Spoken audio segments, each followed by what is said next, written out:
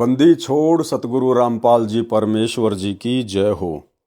परम पिता परमात्मा सारी सृष्टि के रचनहार कुल मालिक असंख्य ब्रह्मांडों के स्वामी जगत गुरु तीनों लोकों में प्रवेश करके सबका भरण पोषण करने वाले राजाधिराज आत्माधार नाथों के नाथ देवों के देव महादेव सर्वेश्वर महेश्वर मृत्युंजय अजरो अमर आदि अनादि सनातनी प्रभु जगत पिता जगदीश्वर श्री श्री 1008 की उपाधि के वास्तविक अधिकारी अकाल मूर्त सौद स्वरूपी राम वासुदेव सर्वगतम ब्रह्म परम पूज्य प्रथम पूज्य परम संत परम पुरुष परम धनी परम दयालु सत्य कबीर हक्का कबीर अल्लाहु अकबर बाखबर अल्लाह ताला जगत के तारणहार जगत के मुक्तिदाता जगत के जगन्नाथ हारे के सहारे हिंदुओं के राम मुसलमानों के अल्लाह सिखों के वाहिगुरु ईसाइयों के मसीह दया के सागर दया निधि करुणा के सागर करुणा निधि स्वयंभू परिभू संकट मोचन कष्ट हरण मंगल करण दुख भंजन अविगत कबीर निर्विकार निर्विषम परमात्मा अलय अलेख सतगुरु आदि अनादि सतगुरु असली मर्यादा पुरुषोत्तम असली राम असली कृष्ण असली घनश्याम असली मुरारी राजाओं के राजा महाराजाओं के महाराजा शहंशाहों के शहंशाह सम्राटों के सम्राट भगवानों के भगवान अल्लाहों के अल्लाह प्रभुओं के प्रभु मसीहाओं के मसीह सच्चे वाहिगुरु बाबाओं के बाबा पीरों के पीर सेठों के सेठ जगत सेठ सावड़सा सेठ सर्वगुण संपन्न अनंत कोटि कलाओं के स्वामी अनंत कोटि ब्रह्मांडों के नायक योगियों में महायोगी ध्यानियों में महाध्यानी सिद्धों में परम सिद्ध ज्ञानियों में तत्वज्ञानी ब्रह्म ज्ञानी महाज्ञानी परम ज्ञानी सर्वश्रेष्ठ ज्ञानी विज्ञानी युवा कबीर समरथ कबीर असमवात अमित ओझा सच्चे रहनुमा करीम अल्लाह सुभान अल्लाह दुनिया के अंतिम पैगंबर 8 सितंबर 1951 से गांव धनाना जिला सोनीपत हरियाणा भारतवर्ष की पावन भूमि पे प्रकट रियल कल की भगवान श्री नारायण साकार हरि श्री बाबा साहेब शब्द स्वरूपी राम संत श्रोमणी सतगुरु रामपाल जी परमेश्वर जी के चरण कमल में साध संगति से जुड़े हुए देश विदेश से हम सभी सत्सेवक भाई बहनों का अनंत कोटि दंडवत प्रणाम। सत्साई भाई और बहनों, दया पूज्य गुरुदेव भगवान की सतगुरु रामपाल जी परमेश्वर जी की जिनके शुभ आशीर्वाद से जिनकी विशेष वीआईपी कृपा से आप और हम सभी सत्सेवक भाई बहन साध संगति से जुड़कर गुरुदेव के अनमोल तत्व ज्ञान को आधार बनाकर अपनी आत्मा के कल्याण हेतु दृढ़ता के साथ भक्ति मार्ग पर आगे की ओर बढ़ रहे हैं। भाई और बहनों, पूज्य गुरुदेव भगवान के कर कमल से लिखित पवित्र पुस्तक मुक्ति बोध के ऊपर वीडियो बनाने की श्रृंखला जारी है। इसी श्रृंखला में आज हमारा ये 6 नंबर का वीडियो है। प्रत्येक वीडियो में गुरुदेव भगवान के आशीर्वाद से हमें अध्यात्म से संबंधित कुछ न कुछ नया सीखने को मिलता है और साथ ही पूज्य गुरुदेव जी के कर कमल से लिखित होने के कारण इस पवित्र पुस्तक मुक्ति बोध को पढ़ने और सुनने मात्र से भी हम ढेर सारे पुण्यों के भागी बनते हैं, क्योंकि ये स्वयं सिद्ध वाणियाँ हैं और परमपिता परमेश्वर जी के मुख कमल से उच्चारित हैं। तो भाई और बहनों, आज की कथा में गुरुदेव भगवान ने जिन वाणियों का जिक्र किया है उन वाणियों के तहत अजामेल भगत की कथा को शामिल किया है कि जो अजामेल था वो पिछले जन्म में कौन था, क्या साधना करता था, क्या उसका नाम था और किस प्रकार से फिर उसको आगे का जन्म मिला और फिर आगे के जन्म में कैसे परमात्मा ने भिन्न भिन्न वेश धारण करके उस आत्मा को अपनी शरण में लिया। तो चलिए बढ़ते हैं पूज्य गुरुदेव भगवान के कर कमल से लिखित पवित्र पुस्तक मुक्ति बोध में। पेज नंबर है 45। अजामेल के उद्धार की कथा। काशी शहर में एक अजामेल ब्राह्मण शराब पीता था, वैश्या के पास जाता था। वैश्या का नाम मेनका था, बहुत सुंदर थी। परिवार तथा समाज के समझाने पर भी अजामेल नहीं माना तो उन दोनों को नगर से निकाल दिया। वे उसी शहर से 1 मील यानी लगभग 1.5 किलोमीटर दूर वन में कुटिया बनाकर रहने लगे। दोनों ने विवाह कर लिया। अजामेल स्वयं शराब तैयार करता था, जंगल से जानवर मारकर लाए और मौज मस्ती करता था। विशेष, अजामेल पूर्व जन्म में विष्णु जी का परम भगत था, ब्रह्मचर्य का पूर्ण पालन करता था, साधक समाज में पूरी इज्जत थी। देखो भाई और बहनों, इस काल के षड्यंत्र को गुरुदेव भगवान ने किस प्रकार से समझाया है। हमें गुरुदेव जिस अजामेल की कथा सुना रहे हैं वो अजामेल जो कथा गुरुदेव सुना रहे हैं उस कथा के अंतर्गत उस जन्म में वो एक भड़वा था। वैश्या से उसने शादी करी, समाज की नहीं मानी, परिवार की नहीं मानी, और वैश्या के संपर्क में आने के बाद वैश्या से उसने शादी की। लेकिन परमात्मा कहते हैं पिछले जन्म में वो विष्णु भगवान का एक नंबर का भगत था, परम भगत, और पूर्णतया उसने ब्रह्मचर्य का पालन किया। अब सोचो भाई और बहनों, काल का कितना भयंकर षड्यंत्र है। ऐसा ऐसा आप और हमारे साथ भी असंख्य जन्मों में बीत चुका है। और ये काल यही करता है भाई और बहनों, जैसे विष्णु जी को जब वो त्रेता युग में श्री रामचंद्र रूप में जन्मे, तो त्रेता युग में तो विष्णु को इस काल ने एक नंबर का व्यक्ति बना दिया, पत्नी वर्ता बना दिया। श्री रामचंद्र जी के पिता दशरथ ने 4-4 शादियां कर रखी थी। श्री रामचंद्र जी के ससुर राजा जनक ने 10,000 शादियां की हुई थी, और उस समय कोई कितनी शादियां कर ले कोई मनाही नहीं थी। लेकिन त्रेता युग में श्री रामचंद्र जी ने केवल सीता के अतिरिक्त अन्य किसी से विवाह नहीं किया। आजीवन वे पत्नी वर्ता रहे, बहुत अच्छा सा जीवन जी के वो चले गए। और फिर इस काल ने उसी विष्णु को द्वापर युग में श्री कृष्ण जी के रूप में जन्म दिया, और श्री कृष्ण जी के रूप में काल ने उसको व्यभिचारी बना दिया। व्यभिचारी, खुद की 8-8 औरतें, गोपियों की गिनती नहीं, और इसके अलावा एक राजा से 1000 औरतों को युद्ध में जीतकर उनके साथ भी आजीवन संभोग किया। तो ये काल का षड्यंत्र है भाई और बहनों, ये किसी को नहीं छोड़ता है। जब इसने अवतारों को नहीं छोड़ा, त्रेता युग में श्री रामचंद्र जी को पत्नी वर्ता बना दिया, और द्वापर युग में गिनती नहीं इतनी औरतों के साथ में संभोग क्रिया में लगा दिया। तो भाई और बहनों, ये काल का भयंकर षड्यंत्र है। आनंद ये स्वयं लेता है, और वो जो कर्म है वो जीव के ऊपर रख दिए जाते हैं भोगने के लिए। तो यहीं पर अजामेल के साथ भी यही हुआ। अजामेल के परमात्मा पिछले जन्म की हिस्ट्री बता रहे हैं। अजामेल पूर्व जन्म में विष्णु जी का परम भगत था, ब्रह्मचर्य का पूर्ण पालन करता था, साधक समाज में पूरी इज्जत थी, बचपन से ही घर त्याग कर साधुओं में रहता था। वैश्या भी पूर्व जन्म में विष्णु जी की परम भगत थी। अब अजामेल की जो घरवाली थी वो भी पिछले जन्म में एक नंबर की भगतनी थी, विष्णु जी की परम भगतनी थी वो, और आजीवन उसने भी उस जन्म में ब्रह्मचर्य का ही पालन किया था।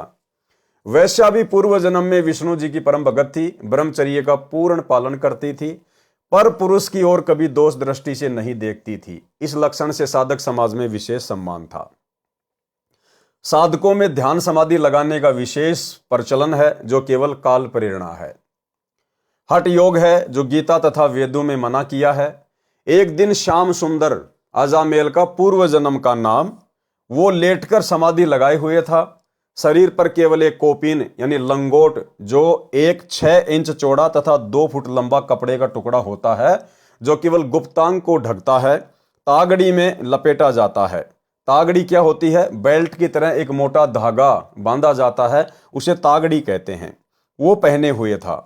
सर्दी का मौसम था, दिन के समय धूप थी। उस समय श्याम सुंदर वैष्णव ने समाधि लगाई थी। रात्रि तक समाधि नहीं खुली। उस समय एक तीर्थ पर मेला लगा था।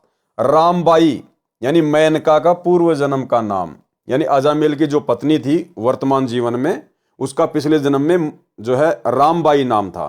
तो रामबाई ने देखा ये साधु इतनी सर्दी में निवस्त्र सोया है, नींद में ठंड लग जाए, ये मर न जाए, ये विचार करके उसके ऊपर लेट गई और अपने कंबल से अपने ऊपर से उस साधु को भी ढक लिया। अन्य व्यक्तियों को लगा कि कोई अकेला सो रहा है। भोर भये सूर्य उदय होते होते श्याम सुंदर की समाधि खुली। उसने उठने की कोशिश की, तब रामबाई उठ खड़ी हुई। उस समय एक कंबल से स्त्री पुरुष निकले देखकर अन्य भगत भी उस ओर ध्यान से देखने लगे। श्याम सुंदर ने भगत समाज में अपने मान सम्मान पर ठेस जानकर अपने को पाक साफ सिद्ध करने के लिए रामबाई से कहा कि हे रंडी अर्थात वैश्या, तूने मेरा धर्म नष्ट किया है। मैं तो अचेत था, तूने उसका लाभ उठा लिया, तू वैश्या बनेगी। अन्य साधु भी निकट आकर उनकी बातें सुनने लगे। यानी भाई और बहनों, परमात्मा हमें शिक्षा देना चाहते हैं कि वर्तमान में हमें हर प्रकार की गलतियों से दूर होना पड़ेगा। वो बहन रामबाई, वो उसकी जान बचाने के लिए, उसके शरीर को गर्मी देने के लिए उसके ऊपर लेटी हुई थी, ना कि उसके मन में कोई दोष था। और जैसे सुबह श्याम सुंदर की आंख खुली, अजामेल की आंख खुली, उसने देखा कि एक औरत मेरे ऊपर लेटी हुई है और सब लोग देख रहे हैं और मेरी तो इतनी इज्जत है भगत समाज में, अब क्या होगा। उसने आव देखा ना ताव, और तुरंत उसने अपने मान सम्मान को बचाने के लिए, लोगों को यह दिखाने के लिए कि मैं तो बहुत एक नंबर का भगत हूं, उसको श्राप दे दिया कि तू रंडी बनेगी, वेश्या। भाई और बहनों, वर्तमान में हमने इस प्रकार की गलतियां शौपन में भी नहीं करनी है। पहली बात तो हम कोई गलत काम करेंगे नहीं गुरुदेव से ऐसा अनमोल तत्व ज्ञान लेने के बाद में। दूसरी बात, गुरुदेव हमारे पल पल रक्षक हैं। और तीसरी बात, यदि ऐसी कोई घटना घटित भी हो जाए, हमारे साथ में कोई धोखा भी हो जाए, तो भाई और बहनों, भगत को इज्जत और बेइज्जती की चिंता नहीं होती है। हमारा परमात्मा, हमारा गुरुदेव भगवान अंतर्यामी है। हमने अपने गुरुदेव की नज़रों में पाक साफ रहना है, दुनिया चाहे हमारे विषय में कुछ भी क्यों ना सोचे। इसलिए हम लोगों ने जल्दबाजी में कोई फैसला नहीं लेना चाहिए। भगत को पहले विचार करना चाहिए, गहनता से सोचना चाहिए कि जो शब्द मैं निकालूंगा आगे चल के उसका क्या परिणाम निकलेगा। उसके बाद ही सोच समझ के भगत ने अपनी जुबान से शब्द निकालने चाहिए। और एक छोटे से सत्संग में गुरुदेव ने बताया कि तीर कमान से और बात जुबान से एक बार निकलने के बाद वापस नहीं आती है, फिर केवल पछतावा ही पछतावा होगा। इसलिए भक्तों ने बहुत सोच समझ कर बोलना चाहिए। सुनिए, अब वही तो बात है ना, कहते हैं तीर कमान से और वचन जुबान से निकलने के बाद वो वापस नहीं आता। तो सोच समझ कर हमने हर क्रिया बोल चाल करनी चाहिए। तो भाई और बहनों, ये शिक्षा है आप और हमारे लिए, क्योंकि हम काल ब्रह्म के उपासक नहीं हैं श्याम सुंदर की तरह। हम पूर्ण ब्रह्म परमेश्वर सतगुरु रामपाल जी परमात्मा के उपासक हैं, उनके भगत हैं, उनके शिष्य हैं। और उनके भगत में कितना धैर्य होना चाहिए, कितना सोच समझकर शब्द उच्चारित करने की जो कला है वो होनी चाहिए। तो हम सभी भगत भाई बहनों ने बहुत सोच विचार के भक्ति मार्ग पर कोई शब्द निकालना चाहिए। तू वैश्या बनेगी, अन्य साधक भी निकट आकर उनकी बातें सुनने लगे। अब रामबाई भी वैसी थी, वो भी काल ब्रह्म की उपासक थी। रामबाई ने कहा कि हे भाई जी, श्राप देने से पहले सच्चाई तो जान लेते। आप निवस्त्र सर्दी में ठिठुर रहे थे, आप अचेत थे। आपके जीवन की रक्षा के लिए मैंने आपको ताप यानी गर्मी देने के लिए मैं आपके ऊपर लेटी थी। कंबल बहुत पतला है, चद्दर से भी पतला है, इसलिए मुझे इस पर विश्वास नहीं हुआ। एक बहन ने भाई की रक्षा के लिए यह बदनामी मोल ली है। आपने इसके फल में मुझे बद्दुआ यानी श्राप दिया है। सुन ले, तू अगले जन्म में भड़ुआ बनेगा, वैश्याओं के पास जाया करेगा। दोनों ने एक दूसरे को श्राप देकर अपनी भक्ति का नाश कर लिया। इसलिए परमात्मा कहते हैं भक्ति मार्ग में दुआ और बद्दुआ ये भगत के लिए जहर के समान है, जहर के समान। भाई हमें परमात्मा मिल गया, सर्वशक्तिमान भगवान मिल गया। अगर हम मर्यादा में हैं, भक्ति कर रहे हैं, तो भला हमारा कोई बिगाड़ क्या देगा। इसलिए भक्तों को टेंशन नहीं होनी चाहिए। भक्तों को तो परमात्मा कहते हैं कि चिंता तो हरि नाम की और न चिंता दास, और जो कोई चिंता नाम बिना सोए काल की फास। इसलिए भक्तों ने ना तो किसी को आशीर्वाद देना है और ना किसी को बद्दुआ देनी है, ताकि हमारी भक्ति का नाश ना हो। दोनों ने एक दूसरे को श्राप देकर अपनी भक्ति का नाश कर लिया। जब श्याम सुंदर को सच्चाई पता चली और अपना अंग देखा तो सुरक्षित था, तो रामबाई से बहुत हमदर्दी हो गई। अपनी गलती की क्षमा याचना की, विशेष प्रेम करने लगा, अधिक मोह हो गया। रामबाई भी श्याम सुंदर से विशेष प्यार करने लगी। वह प्यार एक मित्रवत था, परंतु मोह भी एक जंजीर अर्थात बंधन है। मृत्यु उपरांत दोनों का जन्म काशी नगर में हुआ।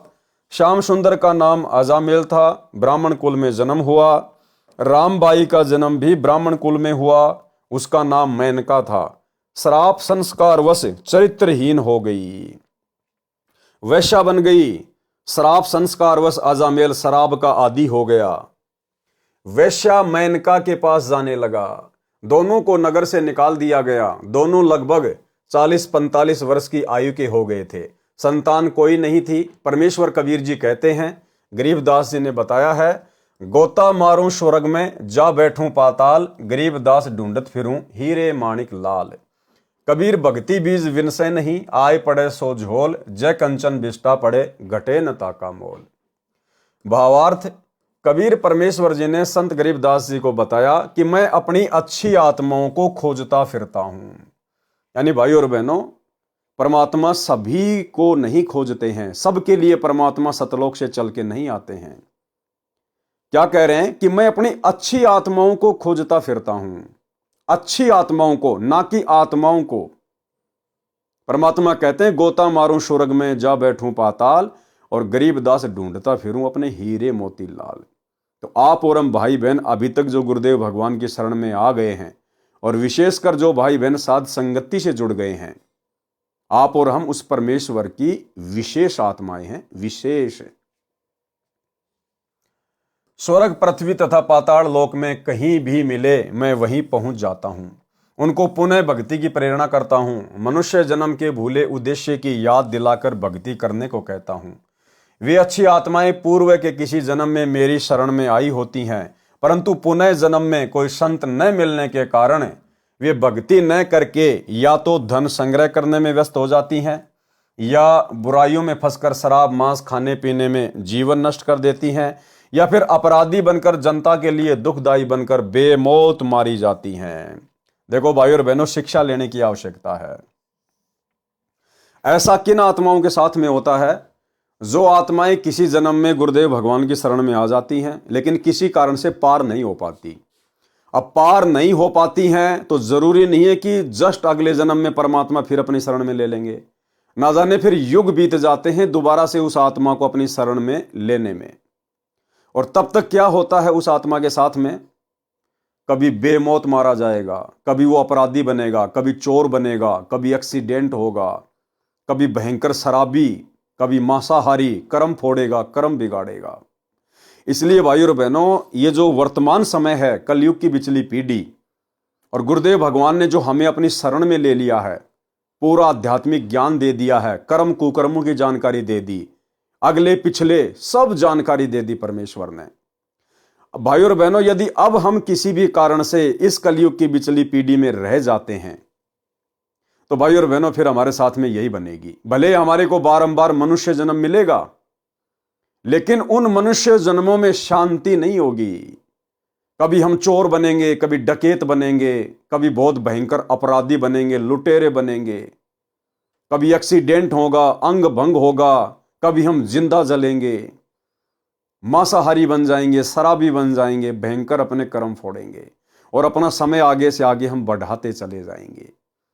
इसलिए भाई और बहनों, अगर बात समझ में आई है तो इस कलयुग की बिचली पीढ़ी में आप और हम भाई बहनों का ये अंतिम मनुष्य जन्म होना चाहिए। अंतिम मनुष्य जन्म, अंतिम योनि, हमारा केवल एक ही टारगेट हो जाना चाहिए, केवल सतलोक, इसके अलावा कुछ नहीं। परंतु पुनः जन्म में कोई संत न मिलने के कारण वे भक्ति न करके या तो धन संग्रह करने में व्यस्त हो जाती हैं, या बुराइयों में फंसकर शराब मांस खाने पीने में जीवन नष्ट कर देती हैं, या फिर अपराधी बनकर जनता के लिए दुखदाई बनकर बेमौत मारी जाती है। उनको उस दलदल से निकालने के लिए मैं कोई न कोई कारण बनाता हूं। वे आत्माएं तत्व ज्ञान के अभाव से बुराइयों रूपी कीचड़ में गिर तो जाती हैं, परंतु जैसे कंचन यानी सोना यानी गोल्ड टट्टी में गिर जाए तो उसका मूल्य कम नहीं होता। यानी परमात्मा की नजरों में उन आत्माओं की कीमत कम नहीं होती है। टट्टी यानी बिस्टा से निकाल कर साफ कर लें, उसी मोल बिकता है। इसी प्रकार जो जीव मानव शरीर में एक बार मेरी यानी कबीर परमेश्वर जी की शरण में आ जाता है, इसी प्रकार जो जीव मानव शरीर में एक बार मेरी यानी कबीर परमेश्वर जी की शरण में किसी जन्म में आ जाता है, प्रथम द्वितीय या तीनों मंत्रों में से कोई भी प्राप्त कर लेता है, किसी कारण से नाम खंडित हो जाता है, मृत्यु हो जाती है तो उसको मैं नहीं छोड़ूंगा। क्या कहते हैं परमात्मा? उसको छोड़ूंगा नहीं, लेकिन उसने जन्म तो बढ़ा लिया, अपनी आपत्तियां तो बढ़ा ली, संकट तो बढ़ा लिए। कलयुग में सब जीव पार होते हैं। यदि कलयुग में भी कोई उपदेशी रह जाता है तो सतयुग, त्रेता युग, द्वापर युग में उन्हीं की भक्ति से मैं बिना नाम लिए, बिना धर्म कर्म किए, आपत्ति आने पर अनोखी लीला करके रक्षा करता हूं। जैसे प्रहलाद भगत, ना वो परमात्मा की शरण में था त्रेता युग में, ना उसका गुरु तत्वदर्शी था, ना उसको भक्ति का पता था, ना वास्तविक भक्ति मंत्र था, लेकिन फिर भी परमेश्वर ने आपत्ति आने पर हर बार उसकी सहायता की। क्यों? क्योंकि वो कलयुग की बिचली पीढ़ी में किसी समय सतगुरु रामपाल जी परमेश्वर जी का, अर्थात इस कबीर परमेश्वर का साधक था, लेकिन उसका पैर फिसल गया था। उसको फिर भक्ति पर लगाता हूं, उनमें परमात्मा के प्रति आस्था बनाए रखता हूं। कलयुग में सतयुग।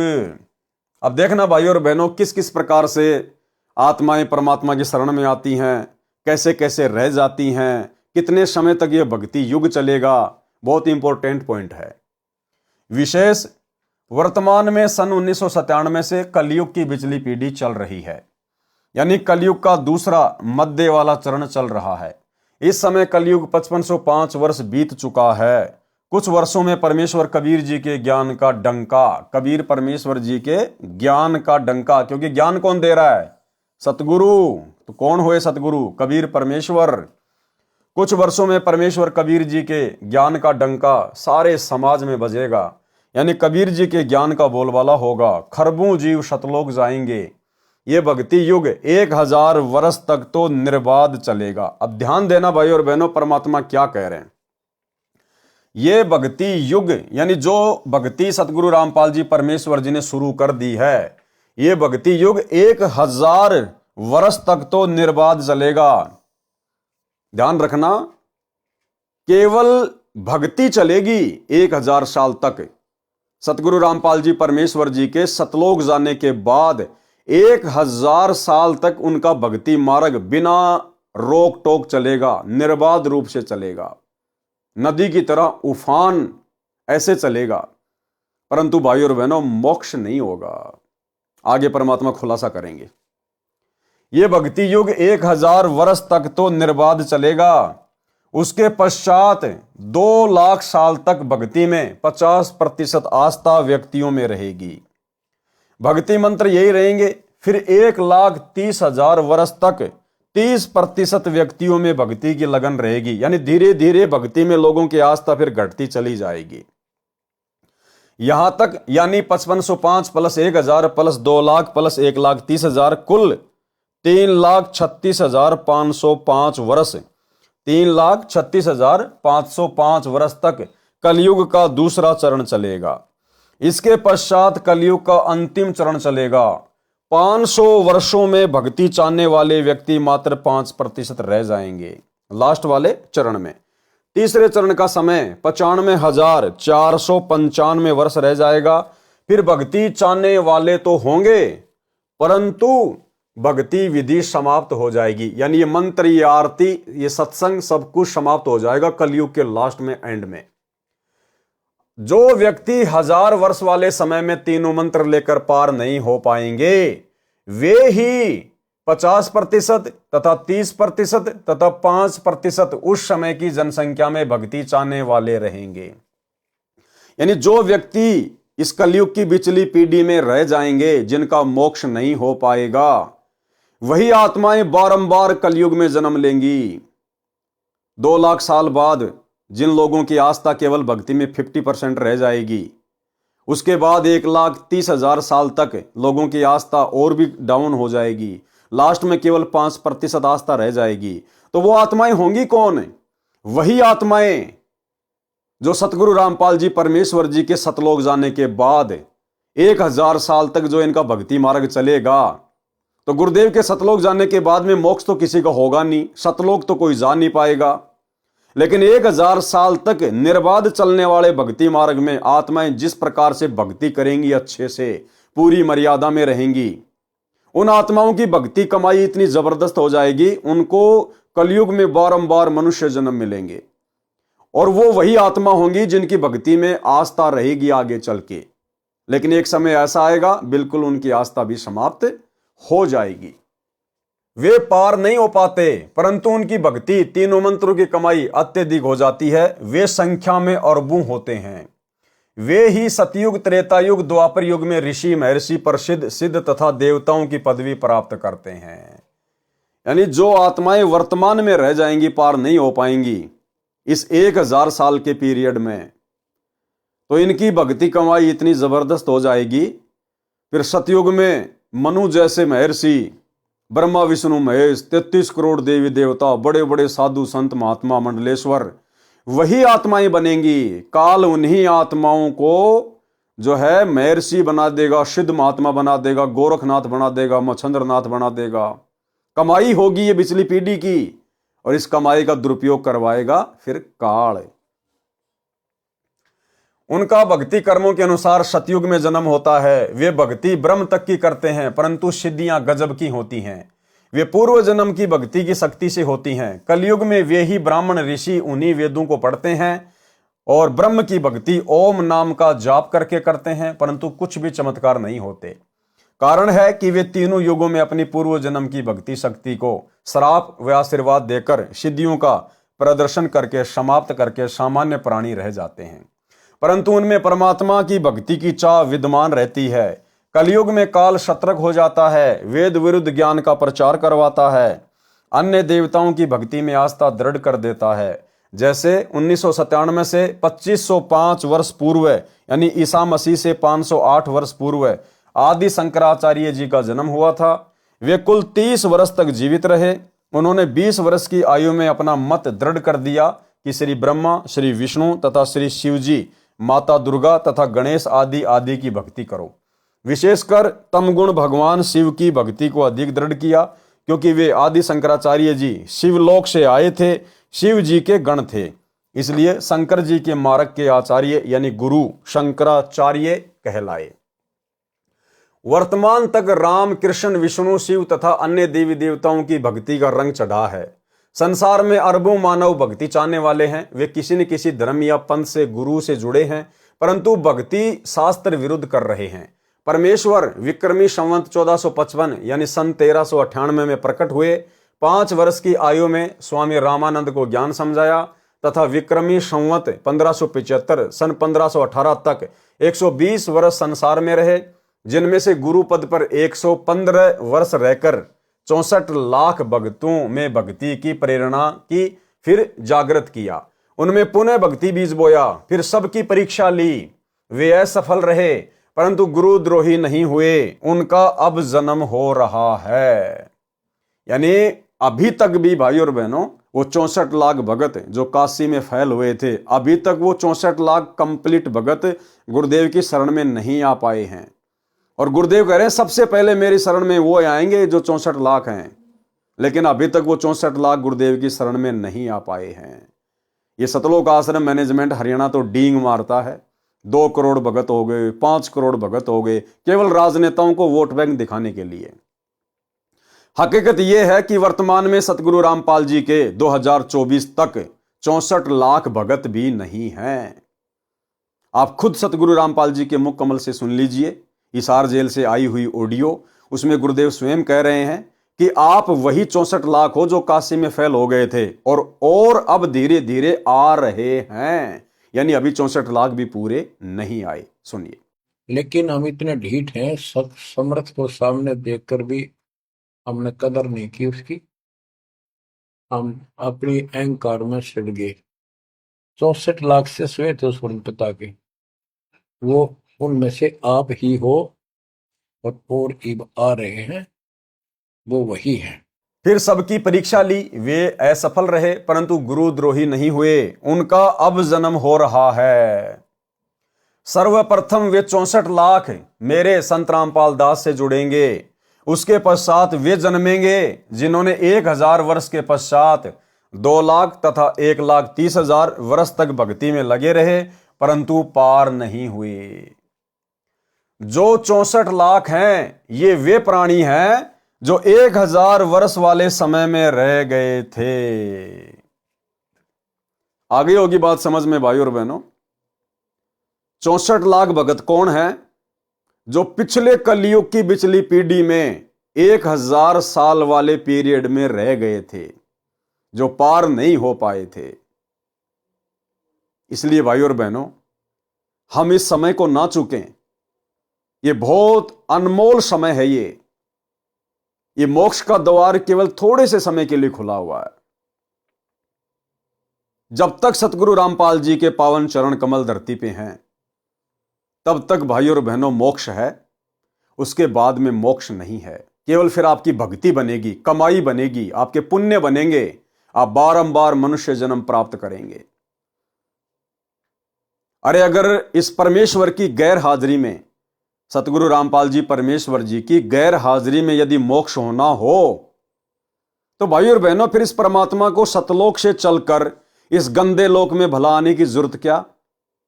क्यों इतना कष्ट उठा रहे हैं? क्यों इतना संघर्ष कर रहे हैं? 2 कोटि के जीवों की गालियां खा रहे हैं। अगर इनकी गैर हाजिरी में ही मोक्ष होना हो, तो परमात्मा क्या सतलोक में बैठा बैठा मोक्ष नहीं कर सकता? क्या सतलोक में बैठा बैठा परमात्मा अपनी आत्माओं को इस मृत्यु लोक से वापस नहीं ले सकता? भाई हमें सतलोक से परमात्मा ने सतलोक में बैठे बैठे तो यहां पर भेजा था। दुर्गा के अंतःकरण में फीड कर दिया, दुर्गा और काल को श्राप दे दिया, उसके 21 ब्रह्मांड विमान की तरह चल पड़े। परमात्मा थोड़ी आए थे हमारे साथ में यहां छोड़ने के लिए। तो जो परमात्मा सतलोक में बैठा बैठा हम आत्माओं को यहां भेज सकता है, क्या वो परमात्मा सतलोक में बैठा बैठा आज हमें वापस नहीं ले सकता? लेकिन भाई और बहनों, इस परमेश्वर के कुछ नियम हैं, कुछ मर्यादा हैं। इसलिए जब तक गुरुदेव भगवान के पावन चरण कमल धरती पे हैं, और यदि आपने उनसे उपदेश ले लिया, और यदि आजीवन मर्यादा में रहेंगे, कभी भी अपने नाम को खंड नहीं होने देंगे, तो भाई और बहनों ये परमात्मा आपको स्वीकार करेगा। तो परमात्मा कह रहे हैं वो जो काशी में 64 लाख जो फैल हुए थे, वो कौन थे? वही थे जो कभी किसी कलयुग की पिछली पीढ़ी में जो पार नहीं हो पाए। उनको परमात्मा ने फिर बारंबार मनुष्य जन्म देकर और 64 लाख को अपनी शरण में लिया। फिर हमारी बैटरी चार्ज की परमात्मा ने 650 साल पहले, और फिर परमेश्वर ने हमें वर्तमान समय में मानव जन्म दिया। तो सबसे पहले तो मौका है 64 लाख को, सबसे पहले मौका है 64 लाख को। और उसके बाद भाई और बहनों नई कलम चढ़ेगी, केवल नई कलम चढ़ेगी। एक छोटा सा सत्संग गुरुदेव भगवान का, जिसमें परमात्मा कहते हैं कि पार तो 64 लाख ही होंगे जो काशी में बिछुड़ गए थे। बाकी परमात्मा नई कलम भी चढ़ाएंगे। नई कलम यानी प्रथम बार भी आत्माओं को, चाहे कितनी आत्माएं क्यों ना हो, जो उनकी शरण में आना चाहे, अरबों खरबों परमात्मा अपनी शरण में लेंगे, नई कलम चढ़ाएंगे, भक्ति का बीज डालेंगे। लेकिन पार होने का मौका केवल उन 64 लाख आत्माओं को ही है। तो एक छोटा सा सत्संग सुनिए। में 64 लाख थे, और अब के वो 64 लाख तो होंगे ही होंगे। हो सकता है एक और भी नई कलम भी चढ़ा दे परमात्मा, नई कलम भी लगाएंगे।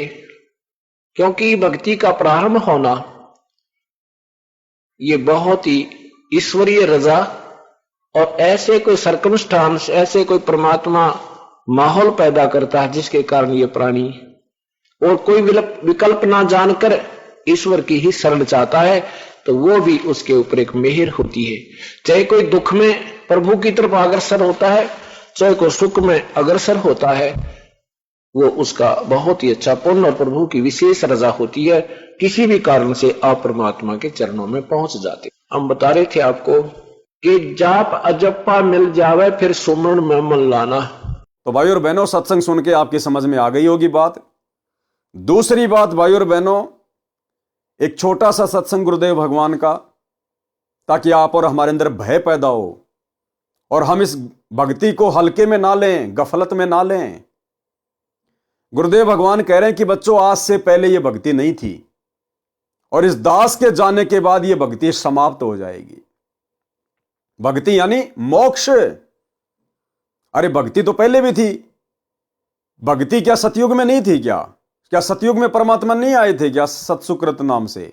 तो उस समय क्या उन्होंने लोगों को भक्ति नहीं दी थी। त्रेता युग में परमात्मा मुनिंद्र रूप में आए थे, लाखों को भक्ति दी। फिर द्वापर में परमात्मा करुणामय रूप में आए, लाखों को भक्ति दी। और 650 साल पहले परमात्मा अपने ओरिजिनल नाम से आए, कबीर नाम से, 64 लाख को भक्ति दी। फिर गुरुदेव ये क्यों कह रहे हैं कि आज से पहले ये भक्ति नहीं थी? भक्ति का मतलब है मोक्ष।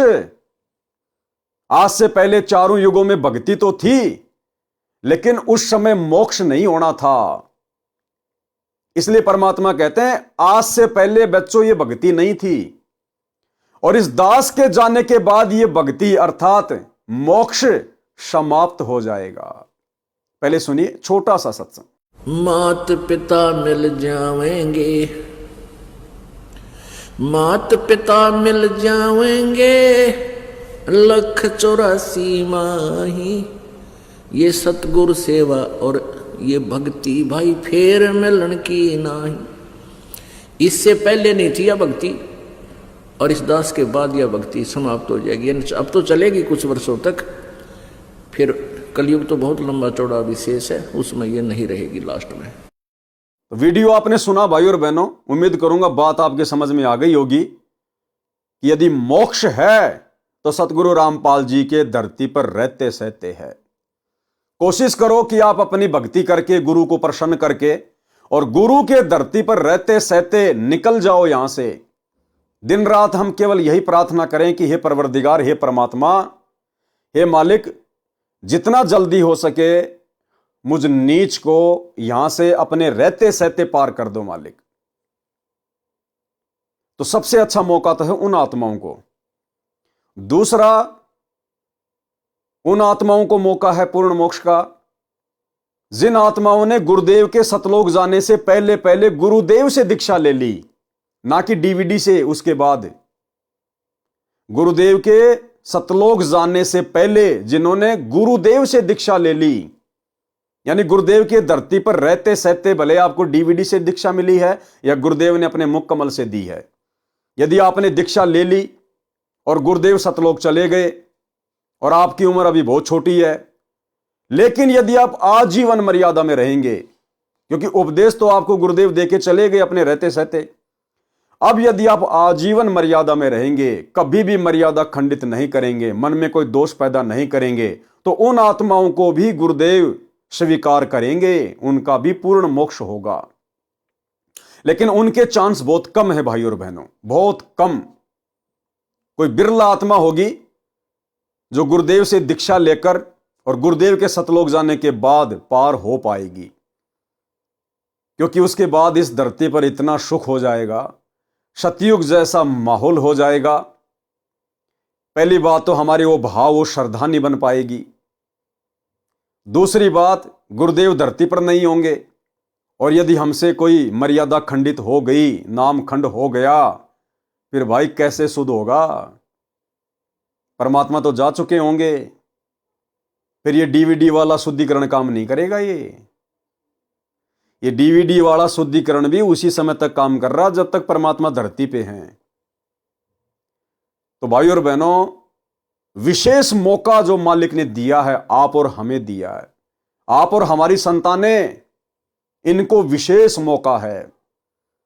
यानी काललोक के हिसाब से गुरुदेव की 73-74 वर्ष की उम्र हो गई है, मान के चलते हैं परमात्मा 40 साल तो रहेंगे, तो हमारा तो मौका है ही है सतलोक जाने का, अगर दृढ़ रहे तो। साथ में हमारी जो संतान है उनका भी पूर्णतया मौका है, क्योंकि 30-40 साल में तो वो भी पूर्णतया समझदार हो जाएंगे। लेकिन आगे आने वाली जो पीढ़ियां हैं वो फिर भाई और बहनों मनुष्य जन्म प्राप्त करती रहेंगी, सतयुग का सुख भोगती रहेंगी, और फिर परमात्मा आगे कभी किसी कलयुग की पिछली पीढ़ी में फिर उन आत्माओं को इसी प्रकार से मौका देगा जैसे आप और हमें दिया है परमात्मा ने। इसलिए गुरुदेव भगवान कहते हैं कि एक गोल्डन चांस है, गोल्डन चांस है। और दूसरी बात आप देख रहे वर्तमान में, वर्तमान में गुरुदेव भगवान के इतने प्रयास करने के बावजूद, इतना ज्ञान समझाने के बावजूद, सब कुछ खोल के रख दिया, साहिब ने भेद दिया सब खोल अपनी सतलोक राजधानी का। उसके बाद भी चंद सत्सेवकों को छोड़कर, साध संगति से जुड़े हुए भाई बहनों को छोड़कर कितनी आत्माएं हैं जो गुरुदेव भगवान के ज्ञान को सीरियस ले रही हैं, जो गुरुदेव भगवान की निर्विघ्न भक्ति कर रही हैं, जो मर्यादा तोड़ने की सौपन में भी नहीं सोचती। सतलोक आश्रमों से जुड़ी हुई 90% आत्माएं वर्तमान 2024 तक किस कदर वो काल के षड्यंत्र में हैं। उन्हें ज्ञानवान से कोई लेना ही नहीं है। क्या है गुरुदेव की मर्यादा, क्या मिशन है गुरुदेव का, क्यों परमात्मा सतलोक से आए हुए हैं, हमें क्या करना है, उन्हें कुछ आभास ही नहीं है। पशु की तरह चलते हैं, पीछे से कोई डंडा मारने वाला होना चाहिए बस। उनसे चाहे कोई राजनीति करवा लो, चाहे स्टेडियम बनवा लो, चाहे हॉस्पिटल बनवा लो, गुंडों की सीबीआई जांच करवा लो, आरक्षणों में बैठा दो, जाट भवन बनवा लो, कुछ भी करवा लो उनसे गुरु का नाम लेके। तो जब गुरुदेव के वर्तमान में धरती पर रहते सहते 90% आत्माओं का यह हाल है, तो सोचो भाई और बहनों, जब गुरुदेव परमानेंट सतलोक चले जाएंगे, उसके बाद भला आत्मा कैसे मर्यादा में रह पाएंगी।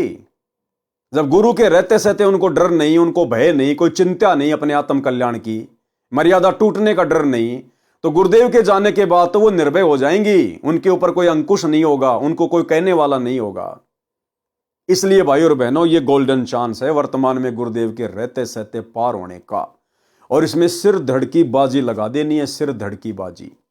और एक छोटा सा सत्संग गुरुदेव का इसी टॉपिक पर कि अगर तुम मेरे रहते सहते पार नहीं हुए तो भला मेरे जानने के बाद, मेरे सतलोक जाने के बाद फिर तुम पर कोई अंकुश नहीं रहेगा, फिर तुम कैसे पार होगे। सुनिए। चलो मान ले ईब आपने सुख भी हो गया, रह भी गए, और कंटिन्यूस 5-6 जन्म आपके मनुष्य के भी हो जाएंगे इस कमाई तक वर्तमान के भक्ति से। और आगे श्रद्धा, क्योंकि आगे घटेगी जब दास यहाँ मौजूद है। अभी गलती करोगे तो आगे कौन से पार हो जाओगे तुम।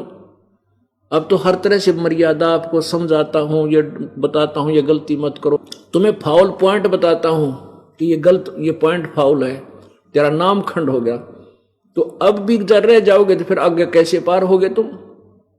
जब ये दास चला जाएगा सतलोक, फिर तुम पर अंकुश नहीं रहेगा, ज्ञान तो रहेगा, लेकिन कुछ ऐसी मर्यादा बन जाएंगी जो पुण्यात्मा बचपन से ही भक्ति अपने बच्चों को रंग में रंग देंगे, वो आने वाले समय में इतना जल्दी नहीं बिगड़ेंगे। और जो वर्तमान में बिगड़ जाएगा तो आगे गलती हुई पड़ी है उस तक। तो इसलिए इस समय को ज्यादा नहीं बढ़ाना आपने। तो भाई और बहनों, बहुत ही अजब गजब का यह समय है। ये विशेष परिस्थितियां परमात्मा ने इस कलयुग की बिचली पीढ़ी में तैयार की हैं, केवल आप और हम चंद आत्माओं के लिए। तो हमने गुरुदेव के प्रयास को समझते हुए और किसी भी प्रकार की गफलतबाजी इस भक्ति पर नहीं करनी है। दूसरा भाई और बहनों, भय बिना भक्ति नहीं होगी। और गुरुदेव ने हमें पिछले 5 नंबर के एपिसोड में, इसी मुक्ति बोध में, सदना कसाई की कथा में क्या समझाया कि लम्बड़दारनी ने सदना के साथ में संभोग करना चाहा। सदना ने मना कर दिया कि माई मैं बहुत दुखी हूं, आप तो लम्बड़दार की इज्जत हो, आपकी इज्जत पे दाग लगेगा, परमात्मा के दोषी बनोगी, मुझे माफ करो। तो लम्बड़दार ने सोचा कि ये लम्बड़दार को बताएगा, उससे पहले क्यों ना तू बता दे। तो उसने जाके लम्बड़दार के सामने रोना शुरू कर दिया और सदना के विषय में उल्टी सीधी बातें बोलनी शुरू कर दी कि ये मेरी इज्जत लूटना चाहता था। लम्बड़दार ने नवाब को सूचना दी, नवाब ने फरमान जारी कर दिया और सदना को मीनार में चिनवा दिया।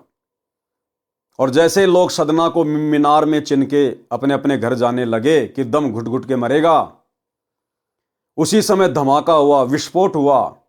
कुछ ईंटें नवाब के घर पे जाके गिरी, कुछ लम्बड़दार के घर पे जाके गिरी, और लम्बड़दारनी के दोनों जो स्तन थे वो कट के नीचे गिर गए। भयंकर पीड़ा, दर्द, चिल्लारी। अंत में उस लम्बड़दारनी ने अपनी गलती को सार्वजनिक करना पड़ा, सबके सामने सदना से माफी मांगनी पड़ी।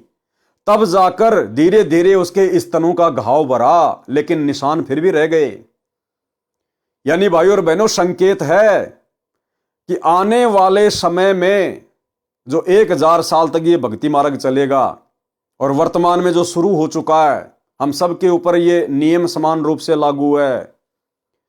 आने वाले समय में यदि सतगुरु रामपाल जी परमेश्वर जी के भक्ति मार्ग में यदि कोई गफलत करेगा, जानबूझ के बकवाद करेगा, कोई भयंकर मर्यादा तोड़ेगा, किसी की माता बहन के प्रति गंदी नजर रखेगा या छेड़खानी करेगा, शराब पिएगा, मांस खाएगा, व्यभिचार करेगा, चोरी डकैती करेगा, नियत खराब करेगा, तो उसके ऊपर भयंकर तरीके से कष्ट आएगा, जैसे लंबड़दारनी के ऊपर आया, दोनों स्तन कट गए। और उस समय तक परमात्मा उस भगत को उस गलती से निजात नहीं देंगे, उसको माफ नहीं करेंगे, उस भगत को कोई राहत नहीं मिलेगी जब तक वो भगत अपनी गलती की भगत समाज में सार्वजनिक माफी नहीं मांगेगा। यानी आपने अगर किसी बहन बेटी से गलत व्यवहार किया है, छेड़खानी की है, तो ऑटोमेटिक सिस्टम चलेगा आपके ऊपर, ऑटोमेटिक आपके ऊपर आपत्तियां आनी शुरू होंगी, कष्ट आएंगे। और वो कष्ट आपके उसी समय मिटेंगे जब आप अपनी गलती को सार्वजनिक करेंगे कि भाई और बहनों, मेरे से तो ये गलती बन गई, मैंने तो इस बहन के प्रति ऐसा गलत सोचा और मैंने ये कुकर्म कर डाला। उसके बाद परमात्मा आपको राहत देगा, लेकिन वो दाग आजीवन आपके माथे पे लगा रहेगा।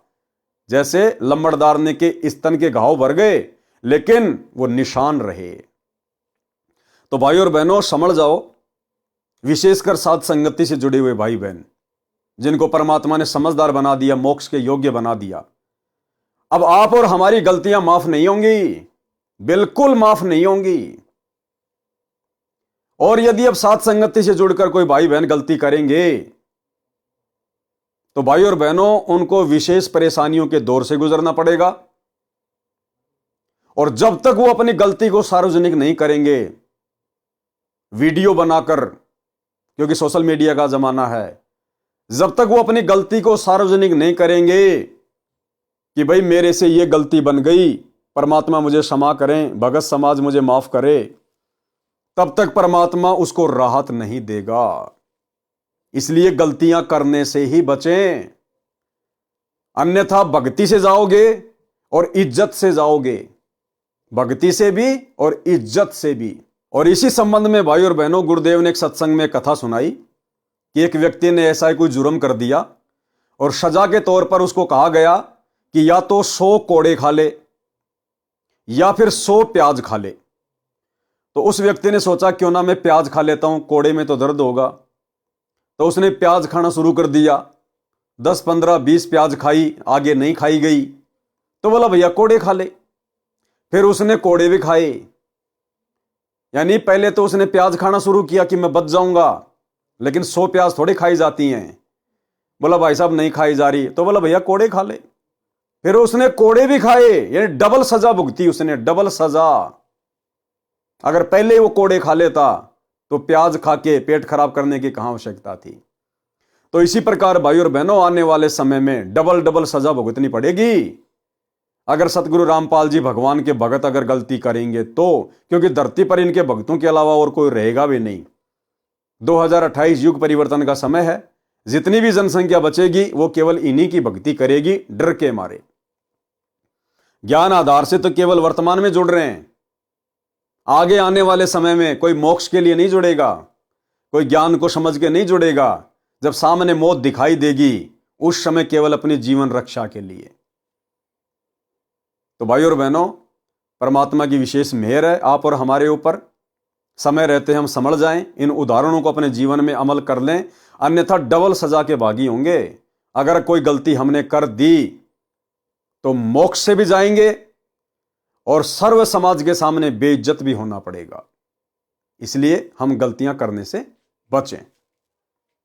सर्वप्रथम वे 64 लाख मेरे यानी संत रामपाल दास से जुड़ेंगे। उसके पश्चात वे जन्मेंगे जिन्होंने 1000 वर्ष के पश्चात 2 लाख तथा 1,30,000 वर्ष तक भक्ति में लगे रहे, परंतु पार नहीं हुए। जो 64 लाख हैं ये वे प्राणी हैं जो 1000 वर्ष वाले समय में रह गए थे। क्योंकि भैया सुख इतने हो जाएंगे, आपकी आस्था नहीं बनेगी, वो श्रद्धा नहीं बनेगी जो आज है गुरुदेव भगवान के प्रति, और ना वो डर ना वो भय होगा जो आज है। इसलिए जो उस 1000 साल के समय में रह जाते हैं, फिर उनको परमात्मा जब धर्मराज के दरबार में वो खड़े होते हैं, विशेष विनती करते हैं, उस समय परमात्मा उनको वहां से छुड़वा के फिर मिनी सतलोक में बैठा देता है।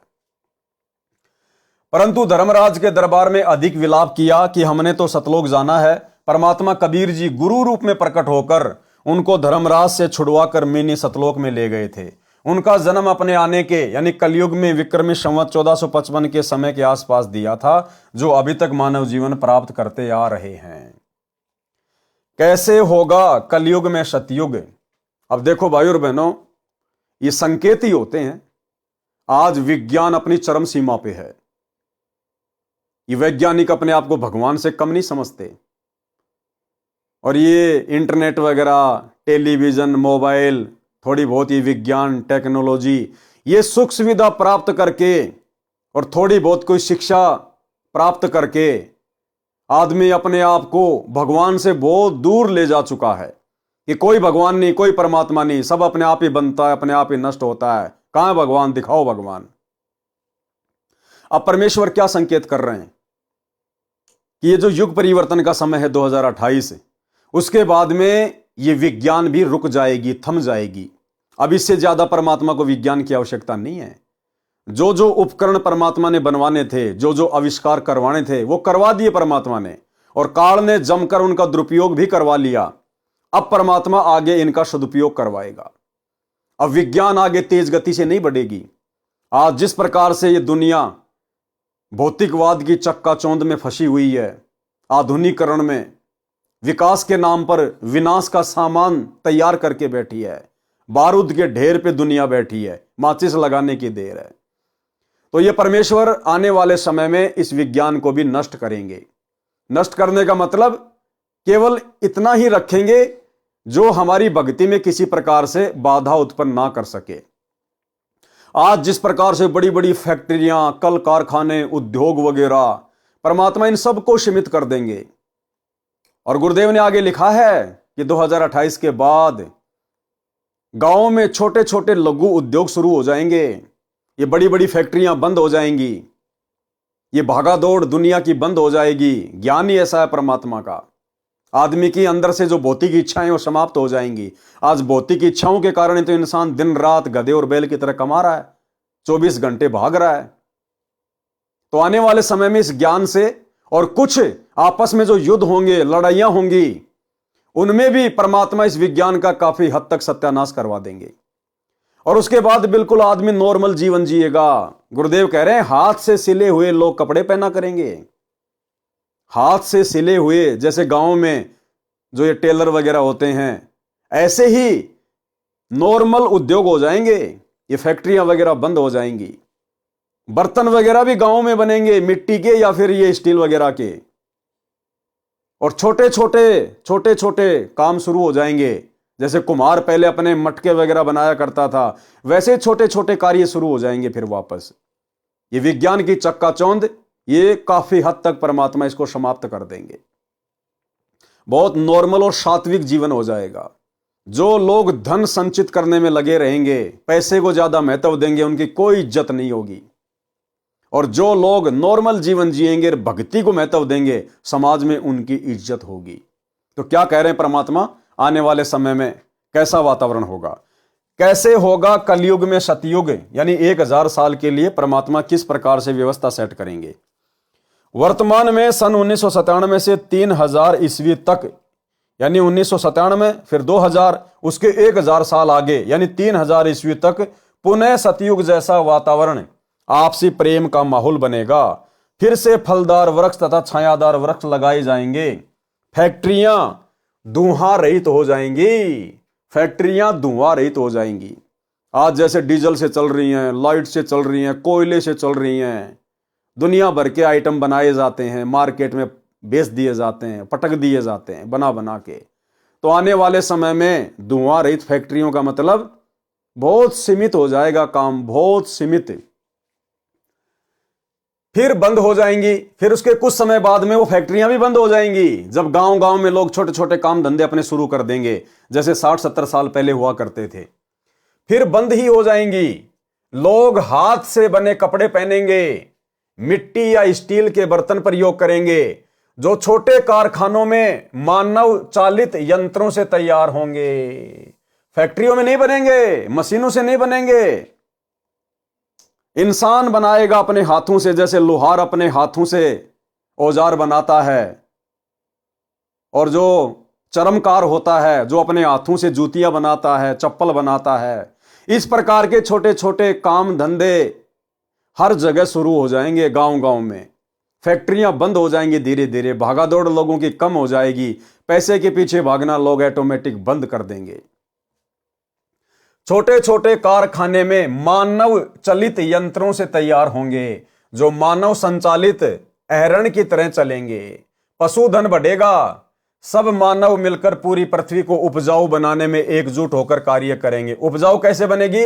लोग यूरिया का उपयोग बंद कर देंगे, पेस्टिसाइड्स का उपयोग बंद कर देंगे, परमात्मा की भक्ति करेंगे। तो देना तो परमात्मा ने है, परमात्मा तो बंजर जमीन में दे दे।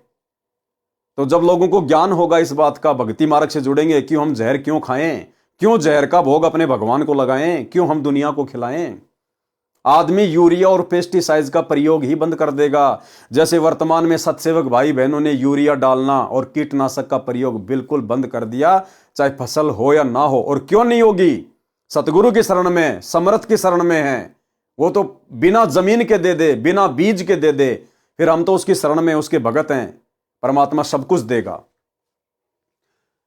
पशुधन बढ़ेगा, सब मानव मिलकर पूरी पृथ्वी को उपजाऊ बनाने में एकजुट होकर कार्य करेंगे। कोई धनी व्यक्ति अहंकारी नहीं होगा, वह अधिक धन दान में देगा। जो अधिक धन संग्रह करेगा उसे मूर्ख कहा जाएगा। उसको ज्ञान समझाकर सामान्य जीवन जीने की प्रेरणा दी जाएगी, जिसको वह स्वीकार करेगा। सामान्य जीवन जीने वाले और भक्ति दान धर्म करने वालों की प्रशंसा हुआ करेगी। पश्चिमी देशों यानी अमेरिका, इंग्लैंड आदि आदि वाली सभ्यता समाप्त हो जाएगी।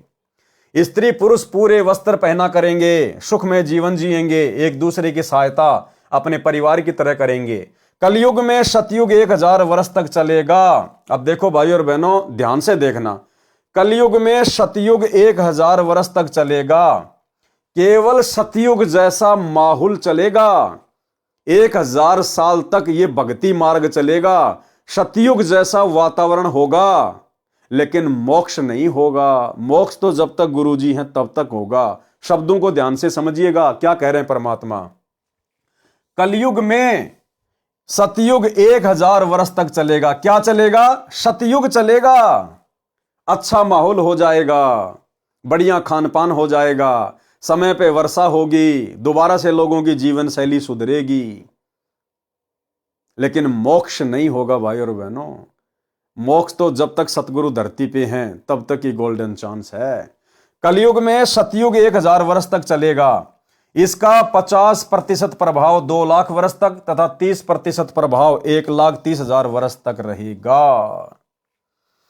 अंत के 95,495 वर्षों में 95% व्यक्ति कृतघ्नी मर्यादाहीन दुष्ट हो जाएंगे, कच्चा मांस खाने लगेंगे। ये लास्ट की बातें हैं।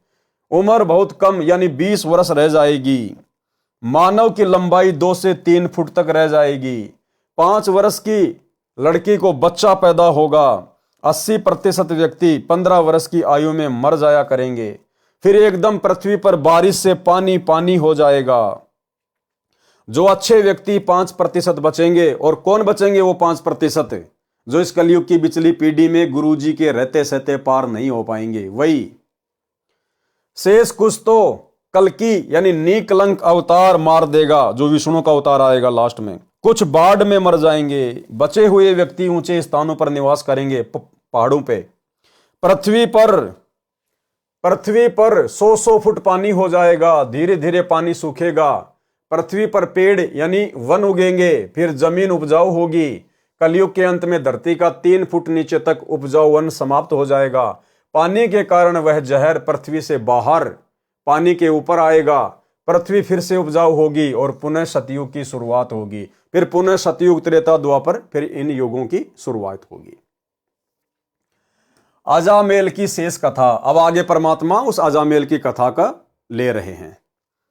एक दिन नारद जी काशी में आए तथा किसी से पूछा कि मुझे अच्छे भगत का घर बताओ, मैंने रात्रि में रुकना है, मेरा भजन बने, उसको सेवा का लाभ मिले। उस व्यक्ति ने मजाक सूझा और कहा कि आप सामने कच्चे रास्ते जंगल की ओर जाओ, वहां एक बहुत अच्छा भगत रहता है। भगत तो एकांत में ही रहते हैं ना, आप कृपया जाओ। लगभग 1 मील आधा कोस दूर उसकी कुटिया है। गर्मी का मौसम था, सूर्य अस्त होने में 1.5 घंटा शेष था। नारद जी को द्वार पर देखकर मेनका अति प्रसन्न हुई, क्योंकि प्रथम बार कोई मनुष्य उनके घर आया था, वह भी ऋषि।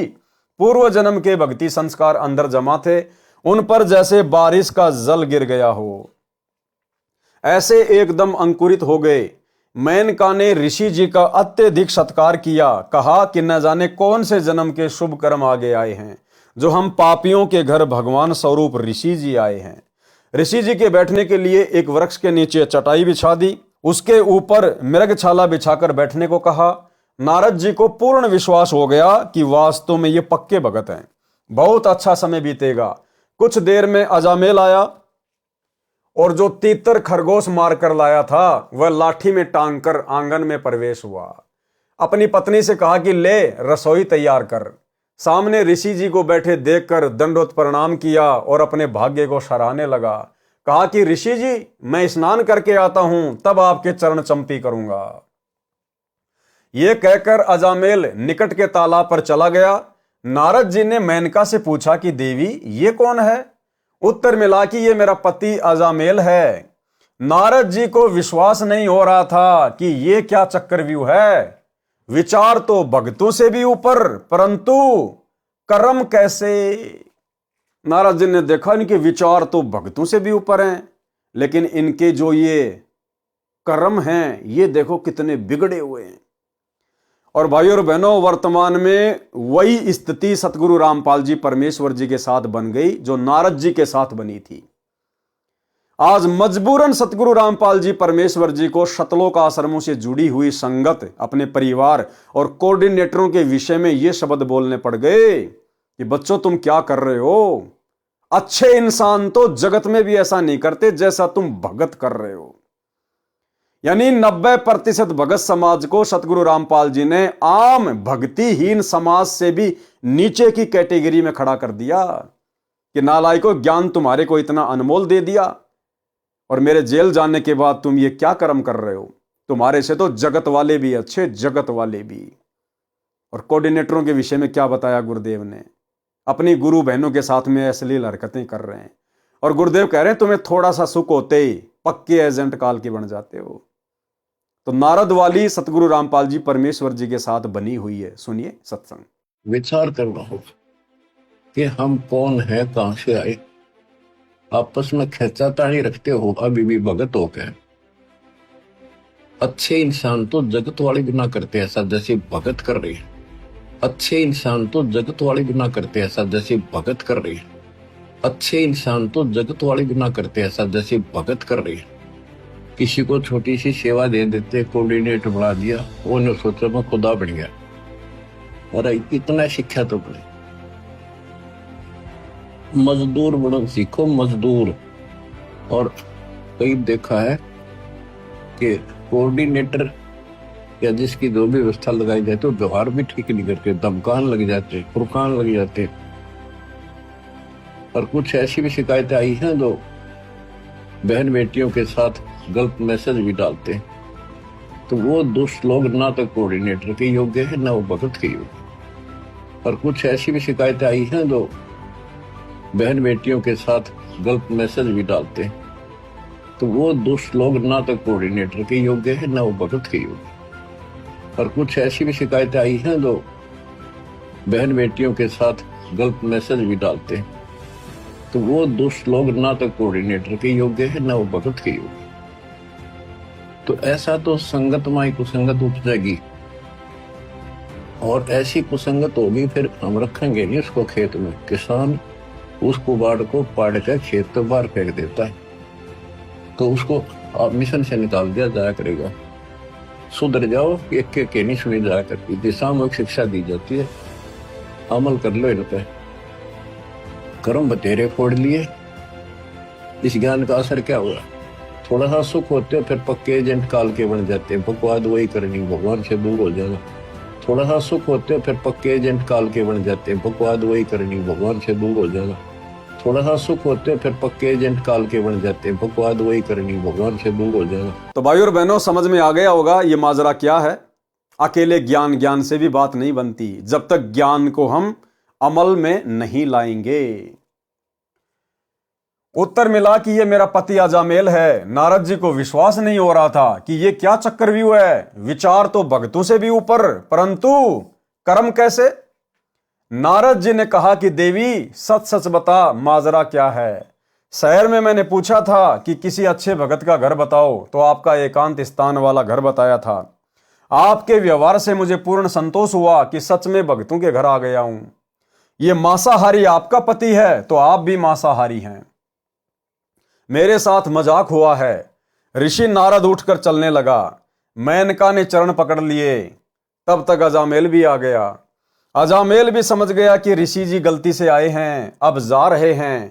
पूर्व के भक्ति संस्कार के कारण ऋषि जी के दोनों ने चरण पकड़ लिए और कहा कि हमारे घर से ऋषि भूखा जाएगा तो हमारा नरक में वास होगा। ये भाई और बहनों ज्ञान आधारित बातें हैं। अगर आपके घर से कोई भूखा चला जाए आपके दुर्व्यवहार के कारण, देखो एक तो व्यक्ति ऐसा जिसको भूख नहीं है और वो यदि बिना खाना खाए आपके घर से चला जाता है तो उसमें आपको दोष नहीं है। आपने तो पूछा था लेकिन उसको भूख नहीं थी, इच्छा नहीं थी, तो कोई बात नहीं। एक आपके गलत व्यवहार के कारण यदि आपके घर से कोई भूखा चला जाता है तो भाई फिर उस आत्मा से गंदी आत्मा फिर और कोई नहीं होती। और भाई और बहनों, दुर्भाग्य सतलोक आश्रम मैनेजमेंट हरियाणा का, गुरुदेव के कलयुगी परिवार का, इन कोऑर्डिनेटरों का, इन लोगों ने साध संगतियां रुकवा के कितनी बड़ी आफत मोल ली है। साध संगतियां यानी सतगुरु रामपाल जी परमेश्वर जी का सच्चा मार्ग, जहां पर आत्माएं अपने गुरु को परमात्मा मानकर भोग लगाती हैं, मर्यादा में रहकर भक्ति करती हैं, पूरी पूरी रात ज्ञान आधार से चर्चा करती हैं, सतगुरु की महिमा का गुणगान करती हैं। और ऐसी जगहों पर ये सतलोक आश्रम मैनेजमेंट हरियाणा वाले, ये कोऑर्डिनेटर, ये लोग आकर उन आत्माओं के साथ मारपीट करते हैं, उनकी साध संगतियां रुकवाते हैं, भंडारे रुकवा रहे हैं। दिल्ली में तो भाई और बहनों इन्होंने पुलिस वालों को शराब पिलाकर और सत्सेवक भाई बहनों के साथ भयंकर तरीके से मारपीट करवाई। किसी को भंडारा भी नहीं करने दिया।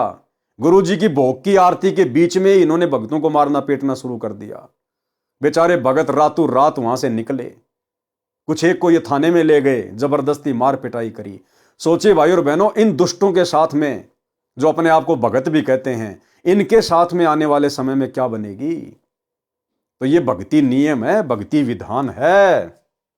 पूर्व के भक्ति संस्कार के कारण ऋषि जी के दोनों ने चरण पकड़ लिए और कहा कि हमारे घर से ऋषि भूखा जाएगा तो हमारा नरक में वास होगा। ऋषि जी, आपको हमें मारकर हमारे शव के ऊपर पैर रखकर जाना होगा। नारद जी ने कहा कि आप तो अपराधी हैं, तुम्हारा दर्शन भी अशुभ है। अजामेल ने कहा कि हे स्वामी जी, आप तो पतितों का उद्धार करने वाले हो, हम पतितों का उद्धार करें, हमें कुछ ज्ञान सुनाओ, हम आपको कुछ खाए बिना नहीं जाने देंगे। नारद जी ने सोचा कि कहीं ये मलेच्छ यही काम तमाम ना कर दें, यानी मार ना दें। ये तो बेरहम होते हैं। बड़ी संकट में जान आ गई। कुछ विचार करके नारद जी ने कहा कि यदि कुछ खिलाना चाहते हो तो प्रतिज्ञा लो कि कभी जीव हिंसा नहीं करेंगे, मांस शराब का सेवन नहीं करेंगे। दोनों ने एक सुर में हां कर दी। सौगंध है गुरुदेव, कभी जीव हिंसा नहीं करेंगे, कभी शराब मांस का सेवन नहीं करेंगे। नारद जी ने कहा कि पहले ये मांस दूर डाल कर आओ और शाकाहारी भोजन पकाओ। तुरंत अजामेल ने वह मांस दूर जंगल में डाला। मेनका ने कुटिया की सफाई की, फिर पानी छिड़का, चूल्हा लिपा। अजामेल बोला कि मैं शहर से आटा लाता हूं, मेनका तुम सब्जी बनाओ। नारद जी की जान में जान आई। भोजन खाया। गर्मी का मौसम था। एक वृक्ष के नीचे नारद जी की चटाई बिछा दी। स्वयं दोनों बारी बारी सारी रात पंखे से हवा चलाते रहे। नारद जी बैठकर भजन करने लगे। फिर कुछ समय पश्चात आंखें खुली तो देखा कि दोनों अडिग सेवा कर रहे हैं। नारद जी ने कहा कि आप दोनों भक्ति करो, राम का नाम जाप करो। दोनों ने कहा कि ऋषि जी भक्ति नहीं कर सकते, रुचि ही नहीं बनती, और कोई सेवा बताओ।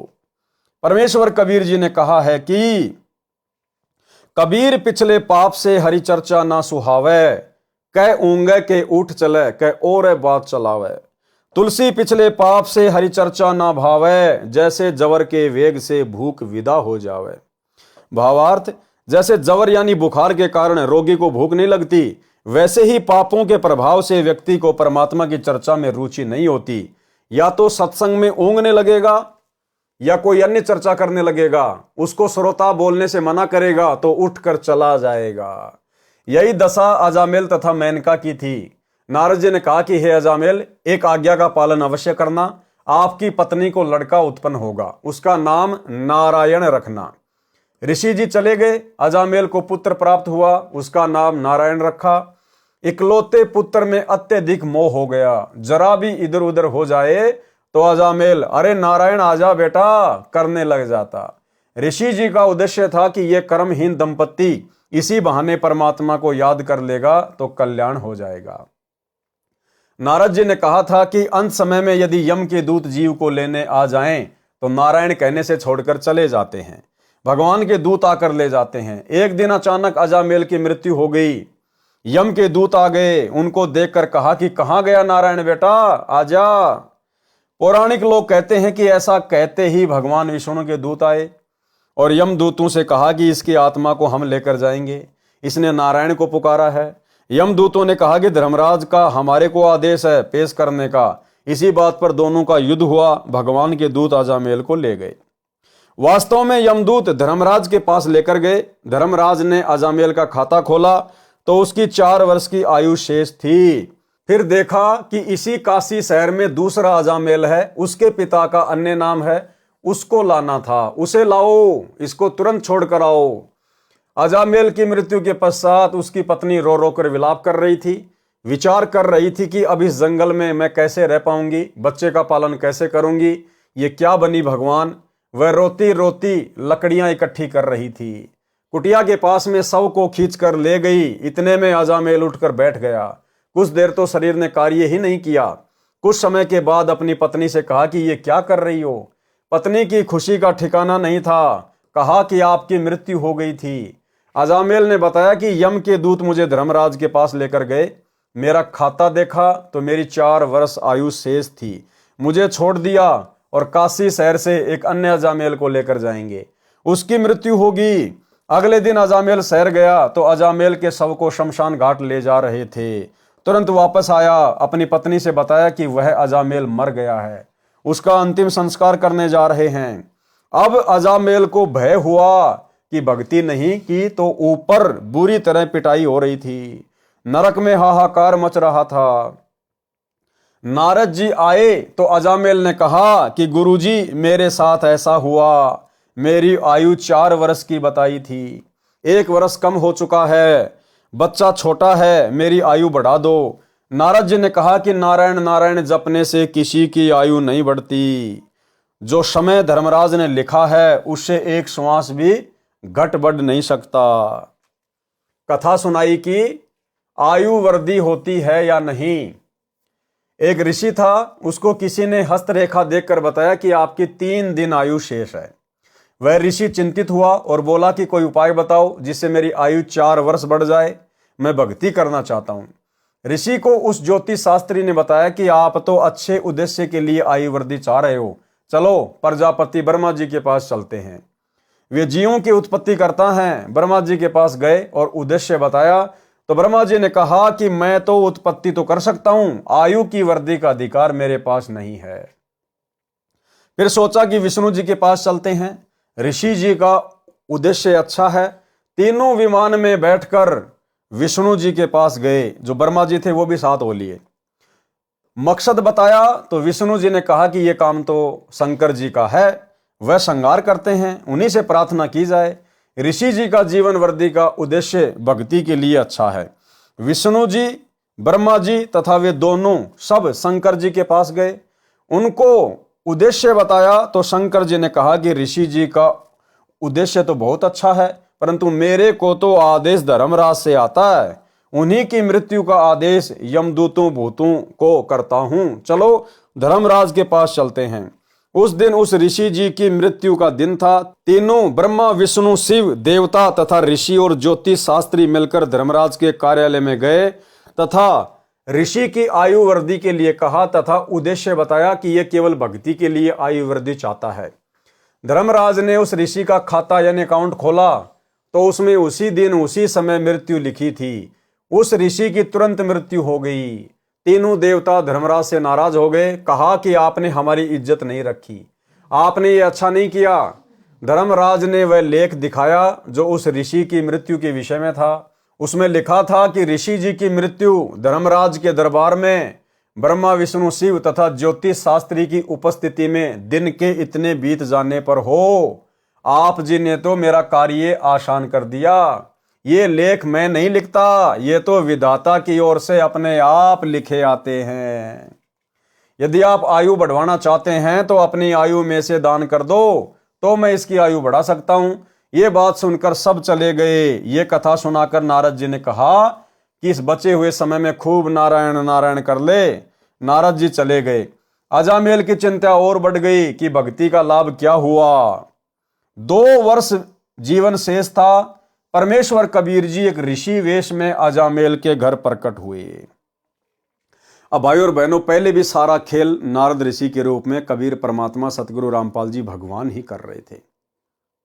बाद में तो परमात्मा इसलिए दूसरा रूप बना के गए क्योंकि उससे पहले परमात्मा ने नारद ऋषि के रूप में उनके अंदर भक्ति की जो है वो कसक पैदा कर दी और परमात्मा ने एक झटका दे दिया था। उसकी मृत्यु करवा दी। वो धर्मराज के दरबार में जाके आ गया। उसने वहां पर हाहाकार देखी, नरक में किस प्रकार से जीवात्माएं अपना कर्म दंड भोगती हैं। और धर्मराज ने भी कहा था कि ये तो बहुत नीच आदमी है, इसका तो 4 साल बाद में अकाउंट लेंगे, इसके साथ तो बहुत बुरी बनेगी। तो उसके अंदर इतना भय पैदा हो गया था। फिर लास्ट में गए परमात्मा किसी अन्य रूप में और उस समय परमात्मा ने फिर उसको मंत्र दिया, तब जाकर वो आजीवन भक्ति में लगा रहा। 2 वर्ष जीवन शेष था। परमेश्वर कबीर जी एक ऋषि वेश में अजामेल के घर प्रकट हुए। अजामेल ने श्रद्धा से ऋषि जी का सम्मान किया, अपनी समस्या बताई।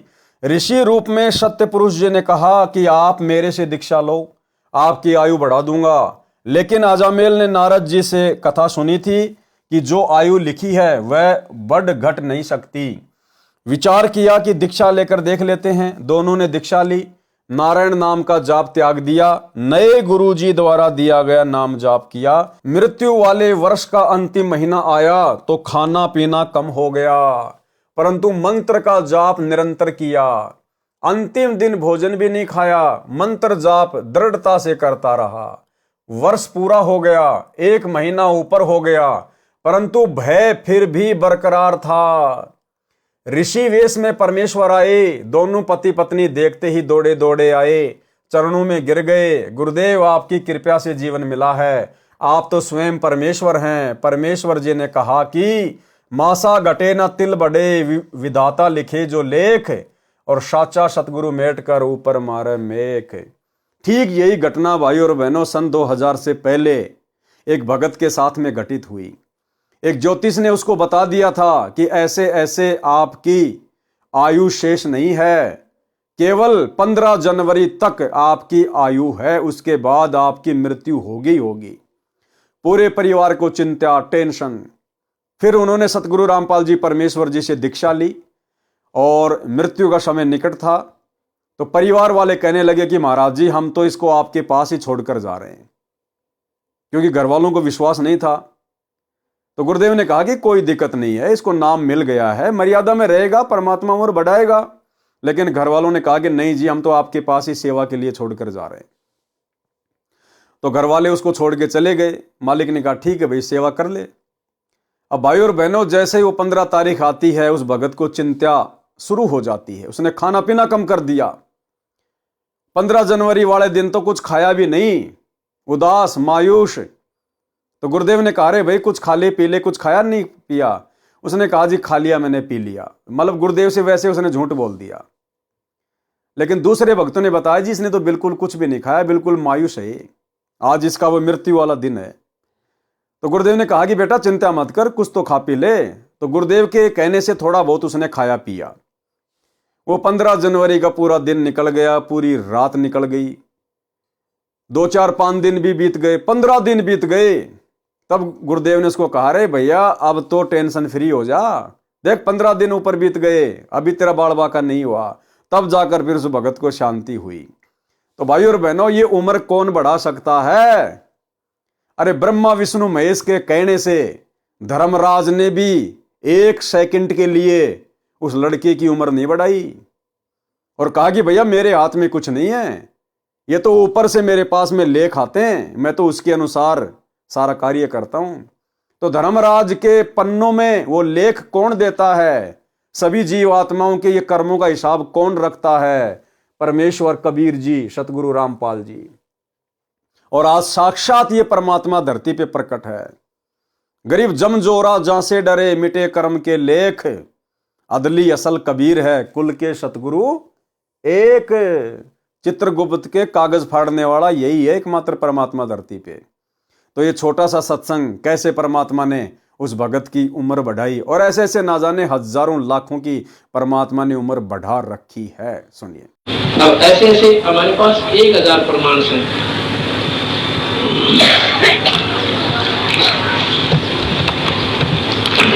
ये भगत जी मिस्त्री राज है। कृष्ण सनोप गंगाराम गांव करोठा में हमारा ही आश्रम भी बन गया, बाद में बना है। इसको इतना भयंकर रोग हो गया, इसने 6 मैं बोला भी बात सुनो, बंदी छोड़ भगवान की शरण में विधिवत लाओ उसको और नाम दिवाओ। और पहले उसने नाम लिया था, पर बीच में उसने अपना वो साधना छोड़ दी मारे वाली, और लग गया करने। फिर उसको कुछ तकलीफ होगी बाद में, तो मैं बोला उसको दोबारा तो उपदेश लेना पड़ेगा। वो दोनों इतनी फूट फूट कर रोने लगी, वो लड़का भी रोने लग गया छोटा सा। जो बोले जी छोरा, जो बोला विक्रम तक मेरा पिताजी मरेगा और मन करनी मुझसे उठानी पड़ेगी माई को, पेट को नहीं खाते। वो कहेगा जी मारा भी कालजा बैठ गया, कितना बुरी तरह रोया, हम दोनों के दोनों घर पे। मैं बोला भी उसको लाओ यहाँ पे, और अपना दिल रखने खातिर मैंने उनको भाई सात कामना अपने कबीर भगवान के आधार पर दी कि वे चिंता ना करें, ये नहीं मरेगा। पर न्यों को दिल डटे है, कहते हैं मैंने उसको खूब कहा भी नहीं मरेगा, तू चिंता ना करे, मेरे पे लिखवा ले जाए, यूं मर जाते।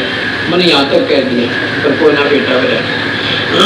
जो बोले जी हम तो आपके साथ है छोड़ना कि 15 जनवरी 1999 3 हाथ रेखाएं देखने वालों ने दर्दी के 15 जनवरी के बाद ऐसा जीवन नहीं है। अब हम उन हाथ देखने गड़ा पक्का माने, उसने जो कह दिया फाइनल है। अब 3 ने कह दिया, एक ने भी कोई ना, फिर गुंजाइश भी नहीं रहती, बात भी सच्ची से। पर कबीर साहब के अंदर वो शक्ति है, कर्म की रेख न बदल दे, जब आत्मा तो इसके तरनाम रो आदमी पड़े करे, दंडो पत्तो करनी है कि कोई ना सुने। अब वो तो था उनका, उसने नाम दोबारा लिया, अन्य बोली जी आप इसमें साक्षर आए हैं, ये 3 जनवरी की बात से। तो बोले 15 जनवरी लास्ट लिख रखी है, ये सेवा कर देगा आपके पाठा में, आ जाए भाई देखी जाएगी। उसने नाम दे दिया, हमारे साथ रहने लगे। जब आगे 14 जनवरी रोटी खानी छोड़ दी, खावत पहले हम इसी थक जा रहा, इतनी बुरी पीड़ा ऐसी यहाँ पर गले में और सारे शरीर में कांपने लगी। 14 जनवरी जब आई रोटी खानी छोड़ दी, मैं बोला भाई कृष्ण खाना खा लिया? अब जी खा लिया। मतलब ऐसे बोला, वो तो जिसका सत्संग चल रहा था उन्होंने बोला जी भोजन नहीं खाया, भगत जी ने का उठ के आया थाली पर, और भाई जिसका दिन कर रखा मरने का किसी रोटी खाई नहीं। बात भी सच्ची है, देखो जिसका ना बीता वो तो कुछ भी कह दो, पर जिसकी लसुन आंसू होगी नहीं कहानी, पसीने आ जाएंगे। मैं बोला भाई तो मेरे कह दीवा दी रोटी खा ले। मुश्किल से उसने 15 मिनट बाद टूक अंदर गया उसको बोला सेब खा ले। बोला जो मना से नहीं लाए। अच्छा भाई 15 जनवरी आ गई, चाय भी नहीं पीवा। 15 जनवरी आ गई, उस दिन हम वही थे, मध्य का दिन था। वह 15 भी पूरी होगी, मतलब फिर 16 भी पूरी होगी, 17 भी चली गई, 18 तारीख ने बोला जी भी नहीं मरता मैं नो करके है। मैं क्यों ही लिखे होता है। बोला जी बस ये भी नहीं मरता। 15 तारीख थी मेरी, ईद उसने देख लिया। दूसरी 15 जनवरी की आश्रम में काम करे, नो करो जीव सर, कोई तकलीफ नहीं। उसके बाद कौन सतगुरुदेव ये सेवा करते हैं, फोटो उतर है इसका, आत्मा की सूट ले रहा है, हरिया करनी ले रहा है। ये वहां क्रोथा आश्रम में सेवा कर रहा है। बोल सतगुरुदेव। तो इस प्रकार ये पूर्ण परमात्मा है, अनंत कोटि ब्रह्मांड के भगवान से। तो भाई और बहनों विश्वास हो जाना चाहिए, धरती पे साक्षात परमात्मा प्रकट है, और जब तक ये परमात्मा प्रकट है तभी तक मोक्ष का चांस है। और जिस दिन ये चले जाएंगे उसके बाद में केवल भक्ति चलेगी, सतयुग जैसा माहौल हो जाएगा। लेकिन मोक्ष की उम्मीद मत करना। फिर मासा घटे ना तिल बढ़े, विधना लिखे जो लेख, साचा सतगुरु मेट कर ऊपर मारे मेख। अब आपकी आयु के लेख मिटाकर कील गाड़ दी है, परमात्मा ने कहा ऋषि रूप में अजामेल को। अब आपकी आयु के लेख मिटाकर कील गाड़ दी है, जब मैं चाहूंगा तब तेरी मृत्यु होगी। दोनों मिलकर भक्ति करो, अपने पुत्र को भी उपदेश दिलाओ। पुत्र को उपदेश दिलाया, भक्ति करके मोक्ष के अधिकारी हुए। वाणी नंबर 39 का सारांश यह है कि सदना ने बकरे के मुख से सुने उपदेश प्रवचन से गुरु बनाकर राम नाम का अमृत पिया, भक्ति की, और अजामेल का मोक्ष भी तब हुआ जब वह पूर्ण परमात्मा के प्रति समर्पित हुआ। वाणी नंबर 40, गरीब नाम जलंधर कू लिया, पारा ऋषि परवान, धन सतगुरु दाता धनी, दई बंदगी दान। भावार्थ, जलंधर नाथ तथा ऋषि पारासर ने भी भक्ति की, उनको स्वर्ग स्थान ही मिला, परंतु मुझे पूर्ण सतगुरु मिले हैं जिन्होंने भक्ति बंदगी दान दी, यानी अपनी कृपा से स्वयं मेरे पास प्रकट होकर दीक्षा दी। आज भी भाई और बहनों परमेश्वर स्वयं ही प्रकट होकर दीक्षा दे रहे हैं। वाणी नंबर 41, गरीब गगन मंडल में रहत है, अविनाशी आप अलेख, जुगन जुगन सत्संग है, धर धर खेले भेख। भावार्थ, जैसा कि ऋग्वेद मंडल नंबर 9 सूक्त 86 मंत्र 26-27, मंडल नंबर 9 सूक्त 82 मंत्र 1-2, मंडल नंबर 9 सूक्त 54 मंत्र 3, मंडल नंबर 9 सूक्त 96 मंत्र 16-20, मंडल नंबर 9 सूक्त 94 मंत्र 2, मंडल नंबर 9 सूक्त 95 मंत्र 1, मंडल नंबर 9 सूक्त 20 मंत्र 1 में कहा है कि परमेश्वर आकाश में सर्व लोकों के ऊपर के लोक में तीसरे भाग में विराजमान है। वहां से चलकर पृथ्वी पर आता है, वहां से चलकर पृथ्वी पे आता है। अपने रूप को सरल करके, यानी तेजोमय रूप को हल्का करके, अन्य वेश में हल्के तेज पुंज शरीर में पृथ्वी पर प्रकट होता है। अच्छी आत्माओं को यथार्थ आध्यात्मिक ज्ञान देने के लिए आता है। अपनी वाणी द्वारा ज्ञान बताकर भक्ति करने की प्रेरणा करता है, जैसे कि वर्तमान में कर रहे हैं गुरुदेव भगवान, सत्संग कर करके, वाणियां सुना सुना के। कवियों की तरह आचरण करता हुआ विचरण करता है, जैसे कि गांव गांव जाकर परमेश्वर ने कवियों की भांति गा गा कर, शब्द गा गा कर आदरणीय गरीबदास जी महाराज जी के सदग्रंथ साहिब को सुना सुना कर, जिन्होंने हमें ज्ञान में रंगा। कवियों की तरह आचरण करता हुआ विचरण करता है, अपनी महिमा के ज्ञान को कवित्व से, यानी दोहों शब्दों चौपाइयों के माध्यम से बोलता है। ये दोहे चौपाई शब्द इन्हीं के बनाए हुए हैं। 4 युगों में हम पुकारें, कूक कहा हम हेल रे, हीरे माणक मोती बरसें, ये जग जुगता ढेल रे। कवित्व से, यानी दोहों शब्दों चौपाइयों के माध्यम से बोलता है, जिस कारण से प्रसिद्ध कवि की उपाधि भी प्राप्त करता है। यही प्रमाण संत गरीबदास जी ने इस अमृतवाणी में दिया है कि परमेश्वर गगन मंडल यानी आकाश खंड सचखंड में रहता है। वह अविनाशी है, अलेख, जिसको सामान्य दृष्टि से नहीं देखा जा सकता। सामान्य व्यक्ति उनकी महिमा का उल्लेख नहीं कर सकता। अब देखो भाई और बहनों क्या कह रहे हैं परमात्मा, सामान्य व्यक्ति उस परमेश्वर की, उनकी महिमा का उल्लेख नहीं कर सकता। तो भाई सन 1994 से ये परमेश्वर जो महिमा कर रहे हैं, तो भाई सामान्य व्यक्ति नहीं है, क्योंकि सामान्य व्यक्ति तो उस परमेश्वर की महिमा का वर्णन कर ही नहीं सकता। और भाई और बहनों, इस परमेश्वर को छोड़कर इस पूरी सृष्टि में बाकी सब सामान्य ही हैं।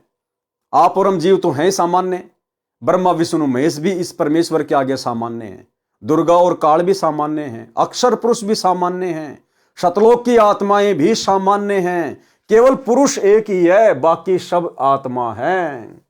और ये परमात्मा स्वयं ही भिन्न भिन्न रूप धारण करके अपनी महिमा स्वयं ही करता है, क्योंकि समर्थ की महिमा और कोई नहीं कर सकता। यानी सृष्टि रचना का ये ज्ञान, ऊपर के लोगों की जानकारी इस परमेश्वर के अलावा अन्य कोई नहीं दे सकता। इसलिए यहां पर कहा है कि सामान्य व्यक्ति उनकी महिमा का उल्लेख नहीं कर सकता। वह वहां से चलकर आता है। क्या कह रहे हैं? वो सतलोक से चलकर आता है, स्वयं ही अपनी महिमा भी वो स्वयं ही आके बताता है। वह वहां से चलकर आता है, प्रत्येक युग में प्रकट होता है, भिन्न भिन्न वेश बनाकर सत्संग करता है, जैसे वर्तमान में कर रहे हैं। यानी तत्व ज्ञान के प्रवचन सुनाता है। कबीर जी ने बताया है कि सतयुग में सतसुकृत कह टेरा, त्रेता नाम मुनिंदर मेरा, द्वापर में करुणा में कहाया, कलयुग नाम कबीर धराया। गरीब सत्य पुरुष कबीर है, चारों युग परवान, झूठे गुरुआ मर गए, हो गए भूत मशान। राग बिलावल का शब्द नंबर 25 पढ़े, भक्ति की अजब प्रेरणा है। तो भाई और बहनों, आज के वीडियो में हम केवल इतना ही लेंगे। कल रात्रि 8 बजे सभी भाई बहन फिर से दास के Facebook page Pawan Das is live के ऊपर लाइव जुड़िए। तब तक गुरुदेव भगवान हम सबको आज्ञा दें, इजाजत दें, आशीर्वाद दें। बंदी छोड़ सतगुरु रामपाल जी भगवान की जय हो।